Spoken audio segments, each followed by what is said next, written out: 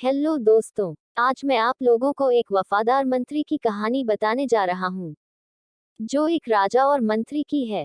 राजा अपने मंत्री पर आंख बंद करके विश्वास करता था, जबकि वह अपने खुद की बेटी पर भी उतना विश्वास नहीं करता था। राजा और मंत्री के बीच यह रिश्ता करीब 30 सालों का था। मंत्री और राजा के बीच का ये रिश्ता लोगों को चुभता था, जिससे लोगों में तरह तरह की बातें होती रहती थी। फिर भी मंत्री अपने काम में लगा रहता था। अब तक मंत्री ने राजा के लिए जो भी निर्णय लिया, वह सब राजा के लिए सही साबित हुआ। मंत्री की इसी वफादारी को देखकर लोग राजा को मंत्री के खिलाफ भड़काने के लिए योजना बनाने लगे। लेकिन मंत्री अपने काम में लगन पूर्वक लगा रहा। उधर मंत्री अपने काम में इतना व्यस्त रहने लगा था कि उसे अपने परिवार से भी मिलने का मौका भी नहीं मिल पाता था। उसे यह भी पता नहीं था कि उसके पीठ पीछे इतनी बड़ी साजिश चल रही है। राज दरबार के लोगों ने इसी मौके का फायदा उठाकर राजा को मंत्री के खिलाफ झूठे सबूत जुटाकर राजा को दिखाकर मंत्री को धोखेबाज साबित कर दिया। राजा को यह बताया कि यह मंत्री दुश्मनों के साथ मिलकर साजिश कर रहा है। दुश्मनों के साथ मिलकर आपकी राजगद्दी छीन लेगा। राजा ने तथ्यों की जांच किए बिना ही दरबारियों की बात मान ली और मंत्री को मौत की सजा सुना दी। उस समय वहां का यह रिवाज था कि मौत की सजा पाने वाले को हाथ पैर बांधकर एक घेरे में खूंखार कुत्तों के सामने फेंक दिया जाता था।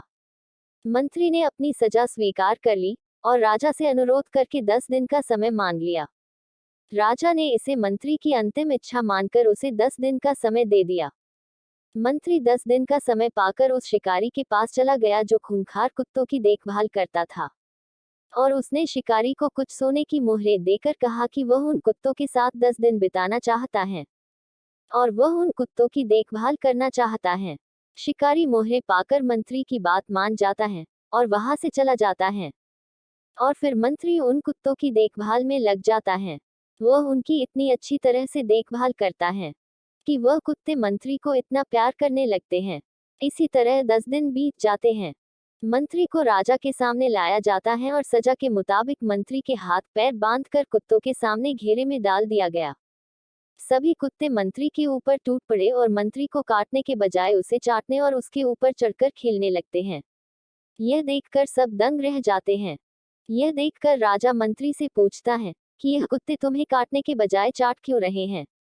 राजा की बात सुनकर मंत्री उत्तर देता है, महाराज, मैंने सिर्फ 10 दिन इन कुत्तों की देखभाल की है, जिसकी वजह से यह मुझे मारने से मुकर गए और मुझे प्यार करने लगे हैं।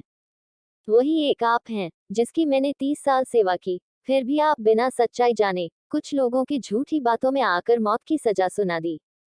मंत्री की बात सुनकर राजा शर्मिंदा हो गया और मंत्री को उसके पद पर फिर से नियुक्त कर दिया। और जिन लोगों ने मंत्री के खिलाफ साजिश की थी, उन लोगों को मंत्री के हवाले कर दिया। मंत्री चाहता तो उन लोगों को सजा दे सकता था, परंतु उसने उन्हें माफ कर दिया, जिसकी वजह से वह राजा की नजरों में और ऊपर उठ गया। मंत्री चाहता तो अपने आप को बेगुनाह साबित करने के लिए राजा के सामने सच बताकर अपनी जान बचा सकता था, परंतु उसने ऐसा नहीं किया। उसने बोलने से अच्छा कुछ करके दिखाना सही समझा।